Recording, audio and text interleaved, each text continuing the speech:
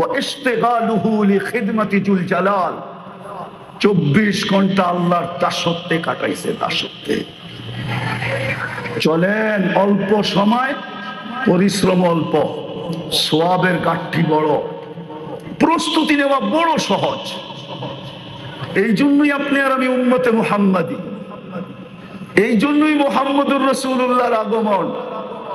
নাইলে মানুষ যত বড় ব্যক্তিত্ব হয় না, যত বড় ব্যক্তিত্ব হয় দুনিয়াতে, সর্ব জায়গায় ওর বিচরণ হয় না, সব জিনিসও খাইতে পারে না।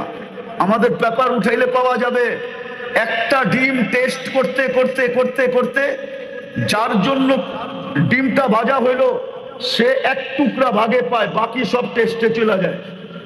মনে হয় ওনারা বোঝে নাই, আপনারও তো বুঝার কথা, ঠিক না? সমাজের কর্ণধর হিসাবে এই কথাটা তো আপনাদের বুঝার কথা, ঠিক না?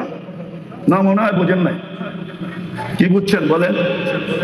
রাষ্ট্রপতির জন্য ডিম বাজলে চেক করতে করতে করতে করতে ওনার ভাগে এক টুকরা পড়ে, মাঝে মাঝে পড়েও না, সরায়া দেয়, এটা আপনার যোগ্য না। আরে বুঝাইতে পারলাম? হ্যাঁ, আপনি মুহাম্মদুর রাসূলুল্লাহ ব্যক্তিত্ব যত বড় হয় ওনার বিচরণও তত কমতে থাকে। মুহাম্মদুর রাসূলুল্লাহর মতো ব্যক্তি দুনিয়ায় আসবে কেন? আর আপনার আমার মতো মানুষকে উম্মত বানাবে কেন? জানি না কার মউত কখন আসবে। যুবক, ভালো মতে বোঝো, চিতাতেই সব শেষ এমন না।